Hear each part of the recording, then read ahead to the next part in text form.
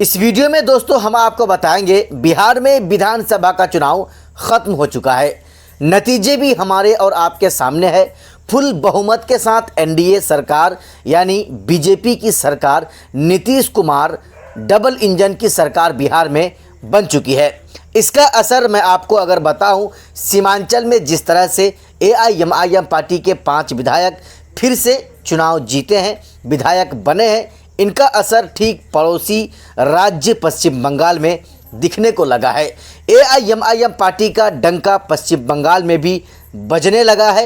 MIM party का लोग सदस्यता लेना शुरू कर चुके हैं और एमआईएम पार्टियों के दफ्तरों का भी खुलना, उद्घाटन होना शुरू हो चुका है।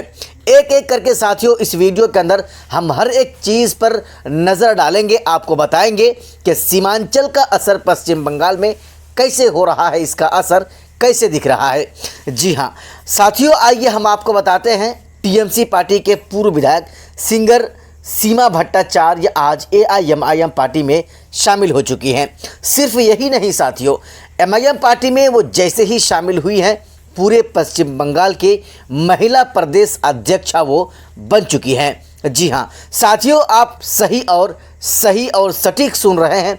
चूँकि बिहार में जिस तरह से विधानसभा का चुनाव खत्म हुआ और ख़ास करके सीमांचल में ओवैसी का जिस तरह से दबदबा रहा, ओवैसी का इस दबदबे का असर आपको पश्चिम बंगाल में देखने को मिल रहा है। जी हाँ, हम आपको साथियों बताते हैं कि ये टीएमसी पार्टी के पूर्व विधायिका थी और ये एमआईएम पार्टी में आज शामिल हो चुकी हैं। एमआईएम पार्टी में शामिल होने के साथ साथ साथियों अब हम आपको आगे बताते हैं कि पश्चिम बंगाल के 22 जिलों में एमआईएम पार्टी का दफ्तर का उद्घाटन अब हो चुका है। यानी 22 जिले में पश्चिम बंगाल के एमआईएम पार्टी पूरी मजबूती के साथ आगे बढ़ रही है। एमआईएम पार्टी का दफ्तर यानी ऑफिस खुल चुका है। लोग एमआईएम पार्टी में अब शामिल हो रहे हैं। छोटे छोटे सदस्यता अभियान का काम वहां पर चलाया जा रहा है और ये वो सदस्यता अभियान है जिसका असर आपको 2026 में यानी अगले साल पश्चिम बंगाल में होने वाले विधानसभा चुनाव में आपको देखने को मिल सकता है और देखने को मिलेगा भी। साथियों, हम आपको इसलिए भी बता रहे हैं कि बिहार का चुनाव का जो असर है पश्चिम बंगाल में इसलिए भी दिखेगा चूँकि सीमांचल का इलाका पश्चिम बंगाल के साथ सटा हुआ है और सीमांचल में ओवैसी का दबदबा रहा है। असदुद्दीन ओवैसी साहब सीमांचल में एक बार फिर से 5 सीटों पर उनको कामयाबी मिल चुकी है।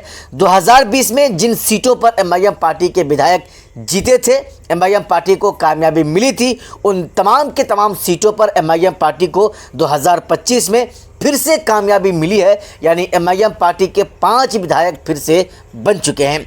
साथियों, यही वजह है कि सीमांचल का असर आपको पश्चिम बंगाल में देखने को मिल सकता है। हालांकि टीएमसी पार्टी एमआईएम पार्टी को अपने साथ में गठबंधन में नहीं ले सकती है। जिस तरह से बिहार के अंदर आपने देखा कि तेजस्वी प्रसाद यादव ने ओवैसी साहब को अपने साथ में गठबंधन में नहीं लिया, तो फिर इनका हश्र क्या हुआ।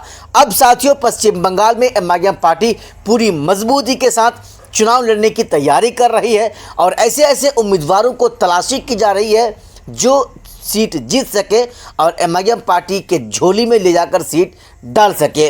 जी हाँ साथियों, अगर आप पश्चिम बंगाल से हैं और पश्चिम बंगाल के हर एक पल की अपडेट को अगर आप रखना चाहते हैं तो हमारे इस चैनल को आप सब्सक्राइब करें।